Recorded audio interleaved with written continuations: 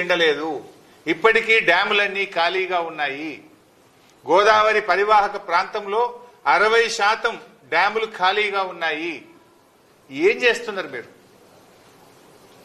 ఎవరి కోసం పనిచేస్తున్నారు? బీఆర్ఎస్ పార్టీ మీదనో కేసీఆర్ మీదనో హరీష్ రావు మీదనో కోపం ఉంటే ఎందుకు రైతులకు శిక్ష వేస్తున్నారు? మాకు వేయండి శిక్ష, మేము అనుభవిస్తాం. కానీ మీరు మీ బురద రాజకీయాల కోసం వరద నీటిని సముద్రంలోకి వదలకండి, వరద నీటిని ఒడిసి పట్టండి, బురద రాజకీయాలు మానండి అని చెప్పి నేను కోరుతా ఉన్నా. ఇదేం చిల్లర రాజకీయాలు?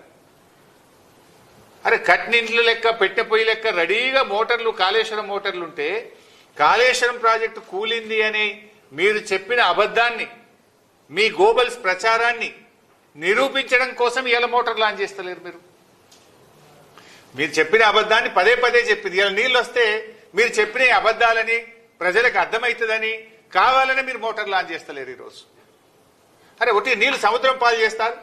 నేను వారం కిందనే చెప్పిన, అరే మంచి ఫోర్కాస్ట్ ఉన్నది, వర్షాలు పడబోతున్నాయి, మోటార్లు ఆన్ చేయండి, నింపండి అని చెప్పిన. ఇవాళ నిజంగా చూడండి మీరు, అన్నపూర్ణ 3.5 టీఎంసీలు, ఆడు ఉన్నది 1 టీఎంసీ. అన్నపూర్ణ రిజర్వాయర్ కెపాసిటీ 3.5 టీఎంసీలు, ఉన్నది 1 టీఎంసీ. రంగనాయక సాగర్ 3 టీఎంసీలు, ఉన్నది 1 టీఎంసీ. మల్లన్న సాగర్ 50 టీఎంసీలు, ఉన్నది 10 టీఎంసీలు. కొండపోచమ్మ సాగర్ 15 టీఎంసీలు, అక్కడ ఉన్నది 4 టీఎంసీలు. బస్వాపూర్ 12 టీఎంసీలు, అక్కడ ఉన్నది 1/2 టీఎంసీ. ఇవన్నీ నింపుకోవచ్చు కదా. యాసంగి పంటకు బ్రహ్మాండంగా నీళ్లు ఇవ్వచ్చు కదా. ఎందుకు నింపవు నాకు అర్థం కాదు. నీకేం అడ్డం వచ్చింది అని నేను అడుగుతా ఉన్నా. ఎందుకు కాళేశ్వరం కూలింది అన్నాం కదా, నీళ్ళు నింపితే ఎట్లా? కూలిందంటే మరి ఇప్పుడు నీళ్ళు వస్తే జనం దంతరేమో, జనం దృష్టిలో పల్సగైతమేమో అని కేవలం కుట్రతో మీరు ఆపుతా ఉన్నారు. అరే వరద కాలు ఓపెన్ చేయవేందయ్యా నువ్వు? ఇవాళ ఎస్ఆర్ఎస్పి ప్రాజెక్టులో ఆల్రెడీ 61 టీఎంసీలు వచ్చినాయి. దాని సామర్థ్యం 80 టీఎంసీలు. 61 టీఎంసీల నీళ్లు ఆల్రెడీ ఎస్ఆర్ఎస్పీలు వచ్చినాయి. 151,000 క్యూసెక్కుల వరద ఎస్ఆర్ఎస్పీకి వస్తుంది. అంటే రోజుకు 15 టీఎంసీల నీళ్లు ఒక్క రోజులో ఎస్ఆర్ఎస్పీ నిండుతుంది. నువ్వు వరద కాలువ ఓపెన్ చేసి మిడ్ మానేర్ ను ఎల్ఎండి నింపవా? ఎందుకు వరద కాలువల ద్వారా నీళ్లు వదులుతలేవు? అసలు మంత్రి నీళ్లకు మంత్రి ఉన్నాడా? ఈ ముఖ్యమంత్రికి సోయి ఉన్నదా? ఎస్ఆర్ఎస్పీ నిండితే మళ్ళీ ఆడ గేట్లు ఎత్తి సముద్రంలోకి వెళ్తావా?